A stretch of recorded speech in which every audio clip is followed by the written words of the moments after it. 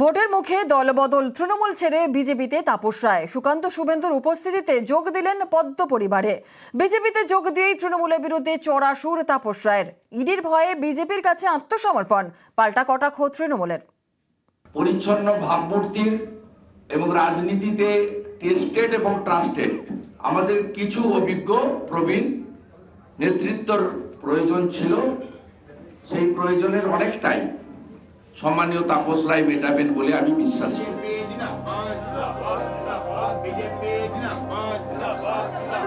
তৃণমূল ছেড়ে বিজেপিতে যোগ দিলেন তাপস রায়। আমি আজ থেকে বিজেপি পরিবারের এবং মোদিজি পরিবারের সদস্য হলাম। সোমবার তৃণমূল ছাড়েন, তারপর বরানগরের বিধায়ক পদ থেকে ইস্তফা দেন। বুধবার যোগ দিলেন বিজেপিতে। তারপরেই তৃণমূলের বিরুদ্ধে তাপস রায়ের সুর সপ্তমে।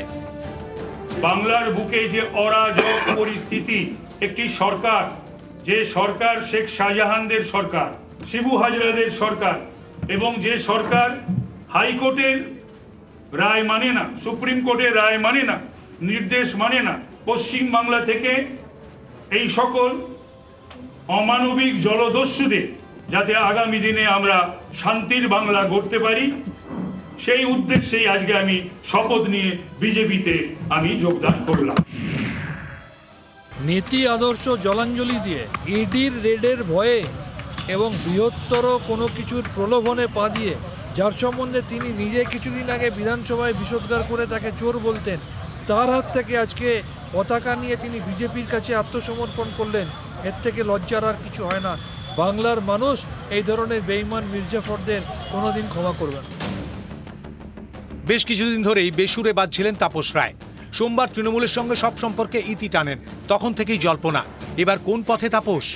বুধবার সকালেই তাপস রায় জানান এদিনই তিনি বিজেপিতে যোগ দিচ্ছেন। আজকে আমি ভারতীয় জনতা পার্টিতে যোগ দিতে চলেছি। অমিত মালবিয়া জি আমার সঙ্গে যোগাযোগ করেছিলেন, মঙ্গল পাণ্ডে জি যোগাযোগ করেছিলেন, সুকান্ত মজুমদার, শুভেন্দু অধিকারী, তারাও একটু আগেই ফোনে দুজন কথা বলেছেন। এদিন সকালে বাড়ি থেকে বিধানসভায় যান তাপস রায়। সেখানে গিয়ে জানতে পারেন পদ্ধতিগত ত্রুটির জন্য বিধায়ক হিসেবে তাঁর ইস্তফাপত্র গৃহীত হয়নি, তাকে আবার দিতে বলা হয়। বিধানসভা থেকে বাড়ি ফিরে তারপরে বিজেপির সল্টলেকের অফিসে যান তাপস রায়।